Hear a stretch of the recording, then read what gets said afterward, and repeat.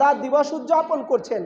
তো সেই আলী আলাইহিস সালাম উনি যাই নামাজের মুসল্লাতে আছেন, নামাজের মুসল্লাতে আছেন, আল্লাহু আকবার বলে দাঁড়িয়ে গেছেন, কিরাত করছেন, রুকু করছেন, সুজুদ, এক সাজদা করেছেন, আরেক সাজদা থেকে মাথা উঠাবেন।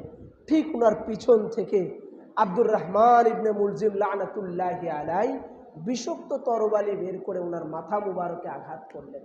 ব্যাস, মাহে রমাদানুল মুবারকে মসজিদে কুফার মধ্যে মেহরাবে, পুরা মেহরাব উনার মাথা মুবারকের সার মুবারকের রক্তে ভরে গেল। হযরতে আলী আলাইহিস সালাম এক আওয়াজ দিলেন, বললেন, শাহজাদা হাসান, আয় বেটা হাসান, এই বলে ডাক দিলেন। ইমামে হাসান আলাইহিস সালাম অগ্রসর হলেন। উনি জায়নামাজকে ছেড়ে দিলেন। জায়নামাজে দাঁড়িয়ে ইমামে হাসান আলাইহিস সালাম বাকি এক রাকাত নামাজ আদা করালেন। আদা করানোর পরে নামাজ শেষ হয়ে গেল। পুরা মসজিদে কুফা কান্নার রোল বয়ে গেল। আওয়াজ এসে গেল, হায় আলী, হায় আলী, হায় আলী, হায় আমিরুল মুমিনিন, হায় আলী, এই বলে বলে আওয়াজ উঠে গেল। হযরতে আলী আলাইহিস সালাম যে মুসল্লায় দাঁড়িয়েছিলেন, নামাজের জায়নামাজে দাঁড়িয়েছিলেন, পুরা জায়নামাজ ও মেহরাব রক্তে রঞ্জিত হয়ে গেল, পুরা রক্তে ভরপুর। আলী আলাইহিস সালাম ওনাকে ধরে ইমামে হাসান আল মুজতবা আলাইহিস সালাম ও শাহজাদা ইমামে হুসাইন আলাইহিস সালাম ধরে ওনার ঘর মুবারকে নিয়ে গেলেন। যাবার সাথে সাথে হযরতে জাইনাব সালামুল্লাহি আলাইহা, মৌলা আলীর শাহজাদি বেটি, হাউমাউ করে কাঁদতে লাগলেন, আব্বা আব্বা আব্বা আব্বা। হযরতে মা জাইনাব ওনার আব্বার কাছেই থাকতেন, মৌলা আলীর কাছেই ঘুমাতেন, ওনার কোল মুবারকের মধ্যে লুটা বুটা খেতেন, ওনার কোলের মধ্যেই বসে থাকতেন, লুটা পুটা খেতেন।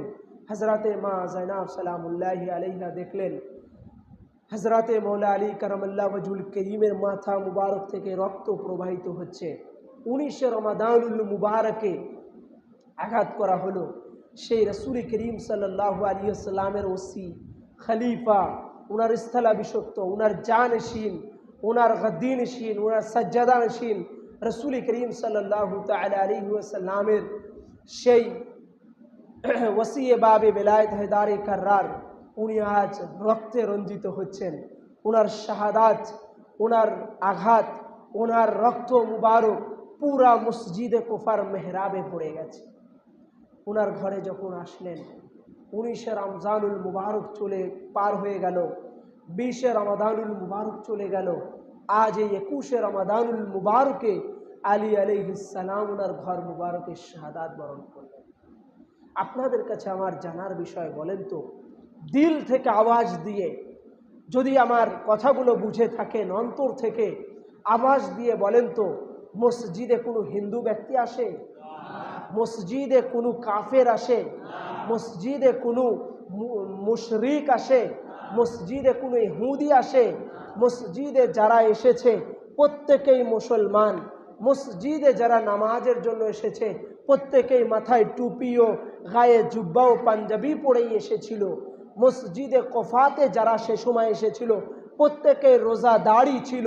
মসজিদে কুফার আগের কাতারে যারা ছিল, দাঁড়িয়েছিল, প্রত্যেকেই কিন্তু যারা আলী আলাইহিস সালামের উপরে আঘাত আনলো, আব্দুর রহমান ইবনে মুলজিম, সে কিন্তু না হিন্দুর ছেলে ছিল, না মুশরিকের বেটা ছিল, না নাসারার বেটা ছিল, না খ্রিস্টানের ছেলে ছিল, না ইহুদির ছেলে ছিল, সে কিন্তু মুসলমানেরই ছেলে ছিল।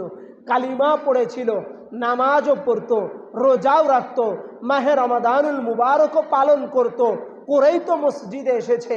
তাই নয়, এক রাকাত নামাজও আলী আলাইহিস সালামের পিছনে পড়েছে।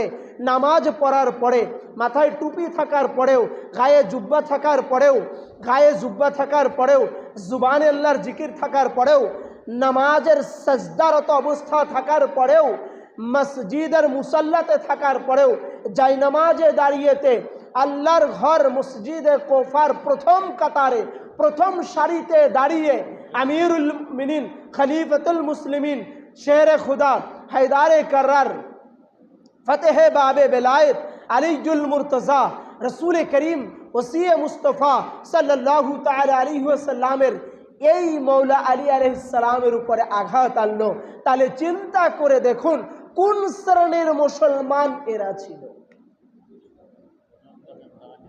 এরা মুনাফিক মুসলমান ছিল, যার কারণে মৌলা আলীকে শহীদ করলো মসজিদ